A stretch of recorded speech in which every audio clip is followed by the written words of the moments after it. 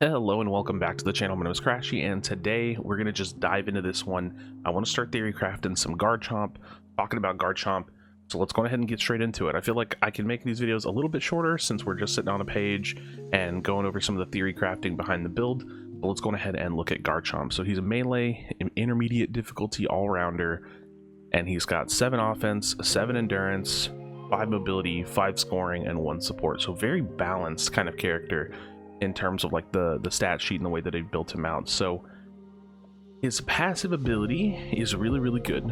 When Garchomp is struck by a melee attack, a portion of the damage received is reflected back at the attacker. Really solid, and this is gonna definitely be pretty important. Now his basic ability is a little bit different than some of the others. I mean, some of them are unique, so you gotta pay attention to that. Become a boosted attack with every 3rd attack, dealing increased damage and restoring the user's HP. That's good. It's like its own built-in kind of lifesteal sustain. When one of the user's basic attacks or moves hit an opposing Pokemon, the user's basic attack speed is increased.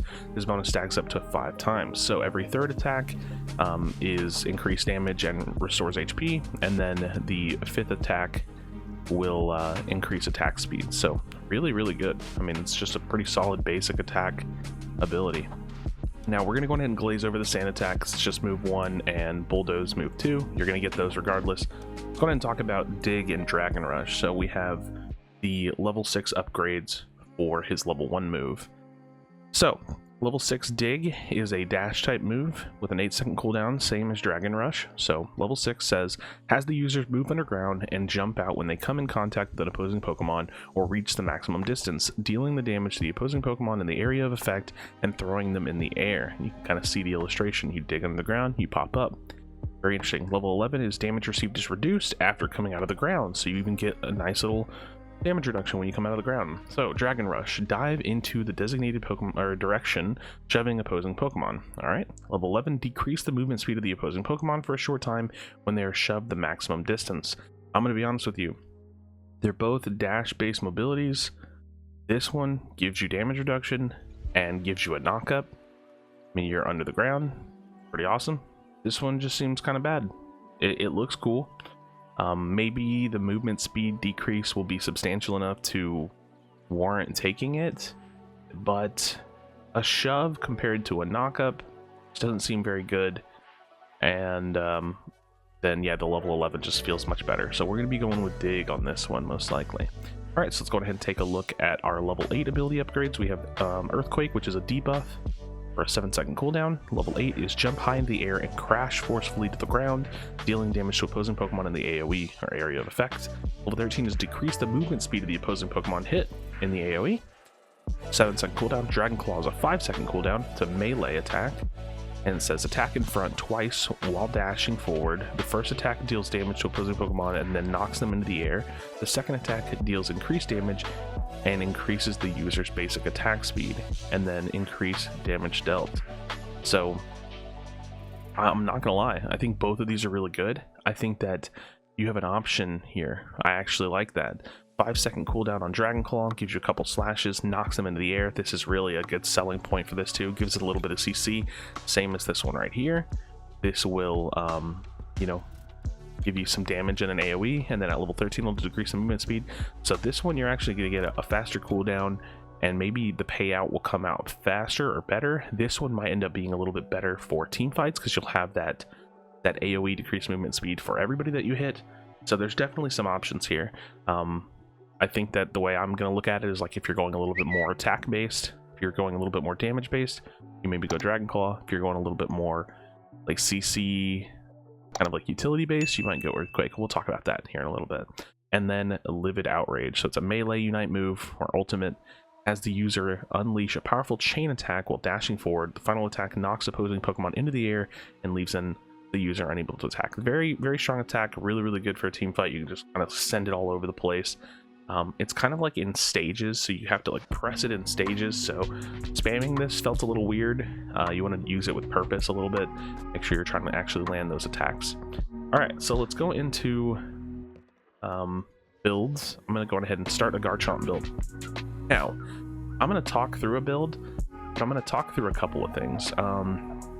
Also, let me look at the cooldown of Bulldoze was 5 seconds, and Sand Attack was 6 seconds. We'll just start with Bulldoze, that's fine. Now, I'm not really worried about these right here just yet. I feel like we'll figure out in time which one of these is actually better. But I'm going to talk a little bit about how I would build him if I was in lane and maybe if I was in jungle, because I do think that Garchomp's going to be a decent jungler as well. It really just comes down to how strong the speedster role versus an all-rounder role is in jungle. So again, definitely taking Dig, like pretty much no matter what. I think it's just way too good. And then level 8. This one's up in the air, so let's talk about it a little bit. All right, so for the battle item, I think that Garchomp can probably get away with an eject button, probably an X speed. I don't really see him using like any of the heals. Fluffy Tail, if you really like this item in jungle, you could use it. So far I'm not convinced. I need to mess around with it a little bit in game. X speed could be pretty good if you're going really damage heavy, and I even think that Smokescreen, I need to give this a little shot because it's an extra slow. You know, you never know. This could be actually really good to have like one person on the team with a Smokescreen, but ultimately I think having like an eject button or an X speed is like, it's just safer. But for now we'll just be pretty standard. All right, so let's talk about items. If we're going, let's say we're going the jungle route. Let's say we're going the jungle route and I want to be a little bit tankier. We're going to take Earthquake, because the payout, the movement speed payout in the end will end up being better. We'll be able to knock some people into the air, like, or not knock them in the air, but we'll be able to dig, knock people up in the air, land on them, Earthquake, decrease their move speed, we'll be in the fight, use our ultimate on top of it. It's going to be a good time. So let's talk about the jungle, the items that I would take in the jungle, and then we'll kind of repurpose this. So I'm kind of a fan of Floatstone. I think that this is probably going to end up being one of my favorite jungle items so far. So we're going to start Floatstone, but I do want to get him a little bit tankier. So I'm thinking something like maybe Score Shield. I think Score Shield in the jungle is going to be really interesting. It's going to increase your HP, increase your speed, and then give you that ability to you know, get that shield while you're turning in and capturing, or whatever it's called, scoring a goal. Couldn't think of it. Score Shield's going to be really good. And then you have Rocky Helmet, and this is after absorbing enough damage, deal percentage damage to nearby opponents. Now I think this is 5% max HP of your HP, so I think like having some additional HP when you're running a Rocky Helm would be really good. We're kind of doing a nice all-around bruiser build because we have a damage item with move speed, we have an HP and move speed item, and then we have an HP defense item that deals damage out, very similar to Garchomp's Rough Skin. So when Garchomp is struck by a melee attack, a portion of the damage received is reflected back at the attacker. So this is kind of like a really bruiser, almost even tankier build for Garchomp coming out of the jungle.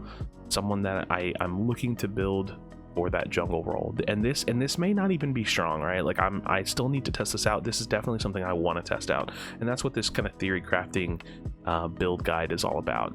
Because, you know, we may test this out and think, you know, I don't really need the Score Shield too much, like I need to get a little bit more damage, and then we'll go Muscle Band, and this will give us, you know, additional attack, you know, some attack speed, or maybe we don't even want to go that route. We want to go straight into attack weight.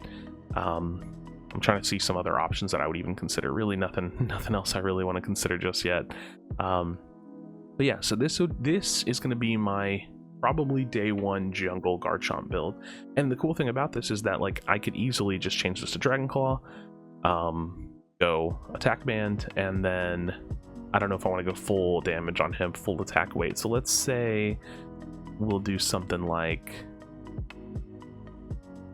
I mean, technically we could do this right here. You just won't be increasing that percentage HP, but you would still be getting some defense and HP out of it. So like this would be better. Like this is a fine build right here if you wanted to do this in jungle. If you do want to go full attack, I mean, you could go Scope Lens and throw some crit on it. I'm not sure how I feel about crit yet. I think I've kind of talked about that a little bit. You could go a little bit supporty, throw a Buddy Barrier. I think Buddy Barrier is going to be really good for a couple different people on a team. Maybe in the jungle you won't be using your Unite move as much, or I don't know, maybe you'll be coming out of the jungle every single time and throwing that Unite move in the lane. I gotta remind myself that these games are only 10 minutes long, so you have to be prepared for that. So you know, there's definitely some options here. I think that Garchomp's gonna be pretty sick and pretty really strong. So all right, so now we're gonna go into like a laning version of him, and this is something that I'm not really sure what the best thing is gonna be, but I'm gonna go Dig and Dragon Claw. We're gonna look to be a little bit more on the damage end, so we're not gonna take Floatstone because we're gonna be in the lane. So let's take we're definitely gonna take attack weight. Muscle Band attack weight, it just seemed like my favorite item so far in terms of attack damage. We're not gonna go with Ao's Cookie Assault Vest. This could be really good. Energy Amplifier. I've been thinking about this one for a little bit. I think it could be good on anybody, really, because you're going to get cooldown reduction. You get in, you know, after holding this item, deals more damage with all their moves for a short time. That could be really interesting. I think this is going to be more of like a SP attack based build item, but it could be good on pretty much anyone because it doesn't actually have SP attack increased on it, other than it's just like percentage based. So, you know, probably not going to be the best on melee attackers. XP share, not something I'm super excited about. Leftovers, I actually think leftovers is going to be pretty good in lane, especially even for all-arounders, because this just gives you like some nice lane sustain.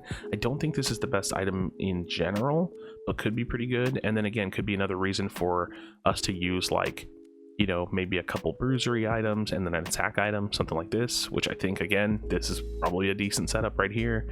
If you don't want to go this route, you know, where else could we go with it? We don't want to take any of the SP items. Not going to be looking at that. Score Shield is not bad, but I don't think you'll probably use Score Shield in lane, most likely.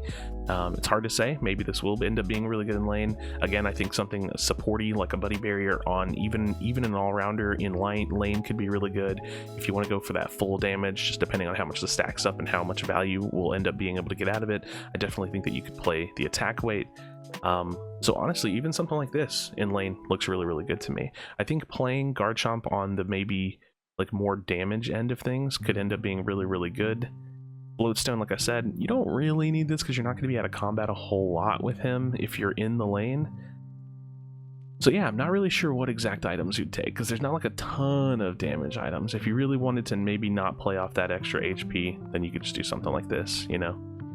Or something like this if you don't want to have to play off the Rocky Helm. So lots of options potentially, definitely going to come down to a little bit of playstyle variance and what you want to do with it. I think that like stacking the Rocky Helm and maybe going more bruisery, raising that HP total, having the percentage at max HP as damage dealt back out with some extra defense and then some attack and attack speed, this is probably what I'm looking for, whether it be in the jungle or whether it be in lane, something like this.